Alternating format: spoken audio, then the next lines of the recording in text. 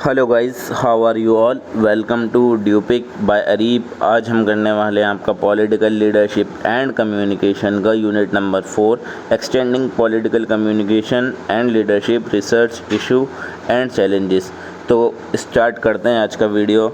इसके अंदर पहला टॉपिक है आपका researching communication and leadership through survey, opinion poll और एग्जिट पोल। इसके अंदर हम पढ़ेंगे ओपिनियन पोल और एग्जिट पोल होता क्या है। सबसे पहले आ गया ओपिनियन पोल। ठीक है, opinion poll are survey conducted to gauge the public views on various issue, candidate और पॉलिसी। ओपिनियन पोल एक तरीके का सर्वे होता है जिसके अंदर हम पब्लिक का व्यू जानते हैं कि जो भी इशू वो फेस कर रहे हैं कैंडिडेट्स के बारे में या फिर पॉलिसीज़ के बारे में या फिर जो भी मसला है, जो भी आपको जानना है वो चीज़ हम ओपिनियन पोल्स के थ्रू सर्वे करवा कर जानते हैं। They provide insight into electorate preference, attitudes and intentions, helping political leader and parties make inform decision. इससे पार्टीज़ को क्या पता लग जाता है कि पब्लिक का हमारी पार्टी की तरफ एटीट्यूड क्या है, उनकी इंटेंशन कैसी है हमको लेकर, और इससे पॉलिटिकल लीडर्स को मदद होती है ये सब चीज़ें जानने में। और जब उनको ये सब चीज़ें पता होंगी कि पब्लिक के एटीट्यूड और इंटेंशन हमारे टुवर्ड्स क्या हैं, तो वो एक डिसीजन अच्छे तरीके से ले सकते हैं उन पब्लिक से रिलेटेड। फिर मेथडोलॉजी आ जाती है इसका कि क्या किस किस तरीके से कर सकते हैं। एक तो सैम्पलिंग वे में कर सकते हैं। ठीक है कि अब देखो सबका सर्वे करना तो बहुत मुश्किल है ना। सैम्पलिंग में हम एक एरिया डिसाइड कर लेते हैं, पर्टिकुलर एरिया या फिर ग्रुप ऑफ पीपल डिसाइड कर लेते हैं और उन लोगों का जाके सर्वे करते हैं। इस मेथड को हम बोलते हैं सैम्पलिंग मेथड। ठीक है, अब इस मेथड की भी अलग अलग टाइप की सैम्पलिंग हो सकती है, random sampling, stratified sampling and cluster sampling. और जो हमें क्वेश्चनर बनाना होता है उसके अंदर वो एक अच्छा क्वेश्चनर होना चाहिए। उसके अंदर जो क्वेश्चंस वगैरह हैं वो क्लियरली लिखे हुए होने चाहिए और क्वेश्चन ऐसे होने चाहिए जो अनबायस्ड हों। ठीक है, और ताकि उनका रिस्पांस भी हमें ढंग से मिले। और क्वेश्चन ओपन एंडेड या क्लोज एंडेड दोनों हो सकते हैं आपके। ठीक है, तो क्वेश्चनर का डिज़ाइन आपका ठीक होना चाहिए। डाटा कलेक्ट, फिर उसके बाद होता है डाटा कलेक्शन कि मतलब हम उसके बाद क्वेश्चनर वगैरह इशू करने के बाद पब्लिक को देने के बाद उनका रिस्पांस कलेक्ट करते हैं। रिस्पांस हम कैसे कलेक्ट कर सकते हैं, जैसे कि इंटरव्यू कर सकते हैं लोगों का घर से घर जाकर, टेलीफोन पे कॉल करके जानकर, और ऑनलाइन सर्वे या फिर मेल क्वेश्चनर। अलग अलग तरीके हैं जिसके थ्रू हम डेटा को कलेक्ट कर सकते हैं। फिर डेटा एनालिसिस, फिर जो हमने डाटा कलेक्ट करा है, ठीक है, उसको एनालिसिस करना, उसका देखना है कि क्या नाम है, कितने परसेंटेज लोग ये चाहते हैं, कितने परसेंटेज लोग वो चाहते हैं। ठीक है, उसका पूरा एनालिसिस करना, उसके पूरे चार्ट्स बनाना, ग्राफ्स बनाना, ये सब चीज़ें आपका डेटा एनालिसिस का पार्ट होता है। अब उसके बाद क्या होते हैं चैलेंजेस की, इसके अंदर क्या क्या क्वेश्चन आते हैं। एक आ सकता है सैम्पलिंग बायस। ठीक है, ensuring the represent the population to avoid skewed result, यानी कि अब हमें पता लग गया कि ये एरिया जो है ये पक्का हमें वोट देगा, तो हम वहीं की सैम्पलिंग करवा रहे हैं। ठीक है, ताकि हमें खुद को सेटिस्फेक्शन मिले। ऐसा नहीं होना चाहिए, जबकि सैम्पलिंग जो होनी चाहिए वो प्रॉपरली होनी चाहिए ताकि आपको एक अच्छा रिजल्ट मिल सके। और क्वेश्चनर बायस, यानी एक ऐसा क्वेश्चन ना डालें जो कि बायस क्वेश्चन हो, या अगर बायस क्वेश्चन डलता है तो आपको रिस्पॉन्स ठीक नहीं मिलेगा। और रिस्पॉन्स रेट, उसके बाद आता है response rate. Achieving a higher response rate to ensure the validity of the poll. अगर क्या नाम है आपको हाई रिस्पॉन्स रेट मिलता है आपके पोल के ऊपर, तो इसका मतलब ये है कि ये आपके लिए एक तरीके से अचीवमेंट है कि हाँ आपकी तरफ पब्लिक आपको रिस्पॉन्स कर रही है। फिर टाइमिंग, और जो टाइमिंग होनी चाहिए पोल करने की वो एक्यूरेट होनी चाहिए, यानी कि हमें कॉल करनी है वो रात के हम 10 बजे कर रहे हैं, 12 बजे कर रहे हैं। ठीक है, एक प्रॉपर टाइमिंग होनी चाहिए। इंटरव्यू लेने जाना है रात के 10 बजे जाना है या फिर कुछ भी, तो एक प्रॉपर टाइमिंग होनी चाहिए और उसके अकॉर्डिंग ही सब हमें करना है। उसके बाद आ जाते हैं एग्जिट पोल। एग्जिट पोल क्या होते हैं? Exit poll are conducted immediately after voter leave polling station on election day. They aim to predict the outcome of an election by asking voter whom they voted for.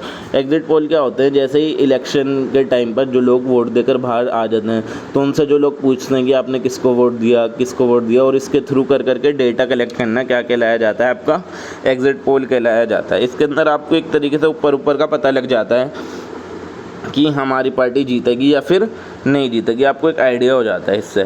ठीक है, methodology, यानी कि इसके अंदर भी आपको वही सैम्पलिंग करनी है, एक पर्टिकुलर एरिया या फिर डिसाइड कर लेना है कि यहाँ के लोगों के बारे में सैम्पलिंग करनी है, क्वेश्चनर बनाना है, फिर डेटा कलेक्ट करना है, फिर उस डेटा को एनालाइज करना है। तो ये भी इसका सेम ही रहेगा कुछ और इसके अंदर चैलेंजेस क्या क्या आ सकते हैं? नॉन रिस्पॉन्स बायस की बहुत सारे लोग बताते नहीं हैं कि उन्होंने किसको वोट दिया है या फिर क्या दिया, तो आपको एक ये प्रॉब्लम हो सकती है कि नॉन रिस्पॉन्स बायस मिल सकता है। टाइमिंग एंड लॉजिस्टिक, और managing the logistic of conducting the poll across multiple location simultaneously, यानी कि और अलग अलग जगह जहाँ पर भी वोट डलना है वहाँ जाकर डेटा कलेक्ट करना मुश्किल हो जाता है।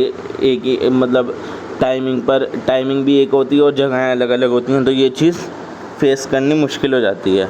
फिर इलेक्शन लॉ कंप्लायंस, और आपको क्या नाम है ये सब चीज़ें लीगल रिस्ट्रिक्शन के अंदर ही रहकर करनी होती है, और उस दिन क्या नाम है सख्ती भी ज़्यादा होती है। जिस दिन वोटिंग वगैरह डल रही होती है तो ये सब चीज़ें हमें ध्यान से करनी होती हैं। और प्रिडिक्टिव एक्यूरेसी, और जो इसका रिज़ल्ट आता है वो हमेशा ये नहीं है कि प्रॉपर परफेक्ट ही रिज़ल्ट है, क्योंकि बहुत सारे लोग इसके अंदर गलत भी बता सकते हैं कि उन्होंने किसको वोट दिया किसको नहीं दिया। फिर अब हम देखेंगे कि कंटेम्प्रेरी इशू और चैलेंजेस क्या हैं कम्युनिकेशन और लीडरशिप के अंदर। ठीक है, सबसे पहले है media fragmentation. The proliferation of media outlets has less fragmented audience making for to reach a broad and diverse audience. Strategies include targeting specific media channel, tailoring messages to different audience segment. ठीक है, एक तो ये है कि media आज के time में बहुत इम्पॉर्टेंट हो चुकी है, यानी कि हर लोग जो हैं मीडिया के थ्रू इन्फ्लुएंस हो जाते हैं, और अगर एक पार्टी के ख़िलाफ़ कोई मीडिया चली जाए तो उसकी इमेज बहुत ज़्यादा बुरी बन सकती है लोगों की नज़र में, क्योंकि लोग किसको फॉलो करते हैं, मीडिया को ही फॉलो करते हैं। ठीक है, तो एक प्रॉपर चैनल चुनना और उसके बाद अपनी पार्टी को सपोर्ट करना, दिखाना कि हमारी पार्टी अच्छी है, तो ये आज के टाइम में बहुत बड़ा चैलेंजेस है पार्टीज़ के लिए। Miss information and fake news, अगर आपकी मिस इन्फॉर्मेशन या फिर फेक न्यूज़ सोशल मीडिया या फिर किसी भी प्लेटफॉर्म पर फैल जाती है तो आपके ऊपर से पब्लिक का ट्रस्ट क्या हो सकता है, उठ सकता है। ठीक है, और आपको पॉलिटिकल कम्युनिकेशन में बहुत ज़्यादा मुश्किल आ सकती है। इंटरव्यूज़ देने जाएंगे तो आपसे क्या नाम है उसी मिस इन्फॉर्मेशन और फेक न्यूज़ के बारे में उल्टे सीधे सवाल पूछे जाएंगे और आपको वो सब चीज़ें फेस करनी पड़ेंगी। और उसके बाद है digital privacy and surveillance. Concern over digital privacy and surveillance impact how political messages are received and perceived. ये डिजिटल प्राइवेसी और सर्विलियंस का इम्पैक्ट बताता है हमें किस तरीके से हमारे मैसेजेस, पॉलिटिकल मैसेजेस परसीव्ड हो रहे हैं और रिसीव्ड हो रहे हैं। Balancing effective communication with respect for privacy right is crucial. Fourth है polarization and echo chambers. Increasing the political polarization and the formation of echo chambers limit open dialogue and understanding. जैसे जैसे political polarization बढ़ता जा रहा है और echo chambers की limit वगैरह बढ़ती जा रही है, तो इसने क्या कर दिया है, वो इको चैम्बर्स बढ़ते जा रहे हैं तो इसने क्या कर दिया, ओपन डायलॉग और अंडरस्टैंडिंग को लिमिट कर दिया है हमारी। ठीक है, effort to bridge divide include fostering inclusive discussion and promoting bipartisan communication. अब पॉलिटिकल लीडरशिप्स के आप क्या आते हैं चैलेंजेस क्या क्या हैं। ठीक है, सबसे पहले है maintaining ethical standard. Leader face the challenge of maintaining ethical standard in a competitive and corrupt political environment. आज का टाइप का पॉलिटिकल एनवायरनमेंट कैसा हो चुका है, बिल्कुल करप्ट हो चुका है, तो इसके अंदर क्या नाम है अपने आप का एथिकल स्टैंडर्ड बनाना बहुत मुश्किल बात है किसी भी एक पॉलिटिकल लीडर के लिए। Building a culture of integrity and accountability is essential. एक ऐसा कल्चर बनाना जिसके अंदर इंटीग्रिटी और अकाउंटेबिलिटी हो, तो ये चीज़ें सब बनाना एक आज के टाइम में बहुत ज़्यादा मुश्किल है एक लीडर के लिए।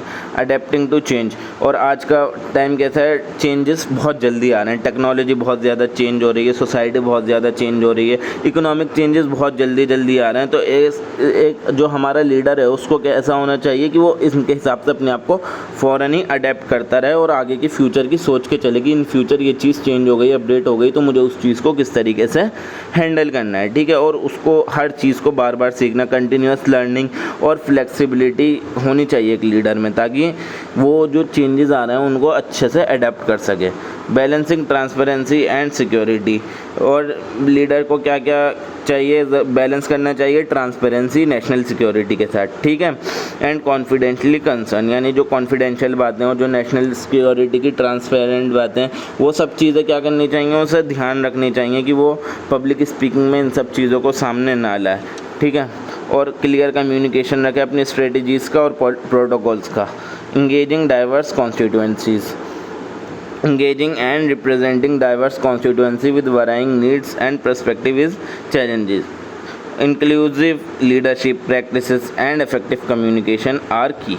ठीक है, 5वां है crisis management. Leader must be prepare to handle crisis such as natural disaster, economic downturns and political standard. अगर कोई सी भी क्राइसिस आती है, जैसे कि नेचुरल डिजास्टर आ गया, आपका इकोनॉमिक डाउनटर्न आ गया, या फिर पॉलिटिकल स्कैंडल्स हो गए, तो लीडर को ये सब चीज़ें फेस करने के लिए हमेशा क्या रहना चाहिए, रेडी रहना चाहिए। और effective crisis communication world timely accurate and reassuring messages. और इफेक्टिव क्राइसिस कम्युनिकेशन किसे कहते हैं कि मान लो क्राइसिस हो गई तो उस टाइम पर वो पब्लिक को क्या बता रहा है, क्या नाम है, टाइम टू टाइम पब्लिक को अपडेट देता रह रहा है कि हमने ये चीज़ कर दी, वो चीज़ कर दी, फ़ौरन मतलब जो चीज़ करी उसका पब्लिक को अपडेट दे कि ये चीज़ ठीक हो रही है। और एक्यूरेट इन्फॉर्मेशन बताए, झूठी इन्फॉर्मेशन ना बताए, और इंश्योरिंग मैसेज बताए, ताकि पब्लिक क्या हो जाए, एक तरीके से सेफ फील करें। Strengthening leadership through addressing challenge, building trust and credibility. अब ये वो हो गई, मतलब किस तरीके से कि लीडरशिप के अंदर जो खासियतें होनी चाहिए, कंसिस्टेंट होना चाहिए, ऑनेस्ट और ट्रांसपेरेंट कम्युनिकेशन होना चाहिए, ताकि आप पब्लिक के बीच में अपना ट्रस्ट और क्रेडिबिलिटी क्या कर सकें, बिल्ड कर सकें। Acknowledging mistake and taking responsibility are important, यानी कि क्या क्या गलती हुई है आपसे वो देखना और उस चीज़ की रिस्पॉन्सिबिलिटी लेना भी क्या है, बहुत ज़्यादा इंपॉर्टेंट है। लेवरेजिंग टेक्नोलॉजी, और आज के टाइम में टेक्नोलॉजी का यूज़ करना कम्युनिकेशन करने के लिए, और ये भी बहुत ज़्यादा इंपॉर्टेंट है। स्टेइंग अपडेटेड विद टेक्नोलॉजी, और टेक्नोलॉजी के साथ क्या रहना, अपडेट रहना, ठीक है। एडवांस जितनी भी टेक्नोलॉजी होती जा रही है उस हिसाब से अपने आप को भी एडवांस करने एक लीडर के लिए बहुत ज़्यादा ज़रूरी है। Promoting civic engagement, encouraging public participation in political process and decision making, और पब्लिक को इनकरेज करना ताकि वो भी पॉलिटिकल प्रोसेस में पार्टिसिपेट करें और डिसीजन लेने में सरकार की मदद करें। Creating platform for dialogue and feedback, और एक ऐसी प्लेटफॉर्म बनाई जाए ताकि जिस पे लोग अपने डायलॉग, यानी कि जो भी उनके साथ प्रॉब्लम वगैरह जो भी फेस कर रहे हैं वो डाल सकें, और सरकार हम उसका फीडबैक दे सकें उन लोगों को, ठीक है, कि मतलब सरकार उनके लिए फिर उस चीज़ पर काम कर सके। Fostering collaboration, building alliance and partnership across sector to address complex issue, और क्या नाम है, अलग अलग अलायंस और सेक्टर्स के साथ पार्टनरशिप करना भी बहुत ज़्यादा ज़रूरी है ताकि कॉम्प्लेक्स इशू के बारे में आपको पता लगे। Encouraging team work and collective problem solving. फिर 5वां है डेवलपिंग लीडरशिप स्किल, यानी कि अपने अंदर लीडरशिप स्किल को डेवलप करना, बढ़ाना, और ये कैसे आएगी, एजुकेशन से आएगी, ट्रेनिंग से आएगी और एक्सपीरियंस आएगी, ठीक है। और इंसान के अंदर कौन कौन सी स्किल्स होनी चाहिए, एम्पैथी होनी चाहिए, रिजाइलेंस होनी चाहिए और स्ट्रेटेजिक थिंकिंग होनी चाहिए। तो यही था बस आज की वीडियो में। वीडियो पसंद आई हो तो वीडियो को लाइक करें, चैनल को सब्सक्राइब करें। मैं मिलता हूँ आपसे अगली वीडियो में। Thank you very much.